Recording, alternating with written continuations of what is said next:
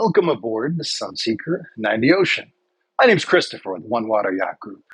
And growing up, I was a car guy. And I was always fascinated with how in the 80s and 90s, Toyota produced such a high quality vehicle as compared to the American competition. But Toyota took a unique approach. The American companies were curious how they were able to produce such a high quality vehicle. And they were very open. They invited people to come visit their factories. They invited people to see everything about their manufacturing process. Because you know what? There was no secret sauce. Toyota employed some key things like empowering the line workers. At a Toyota factory, anybody on the line can stop the line if they see a problem or an opportunity for improvement.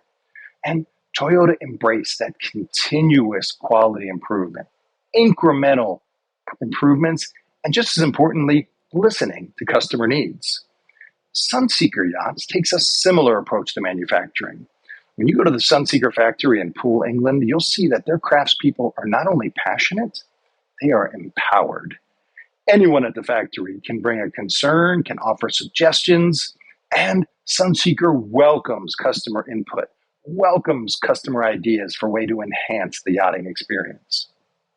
So it's kind of interesting. Sunseeker is kind of like a Toyota, or a Lexus at least.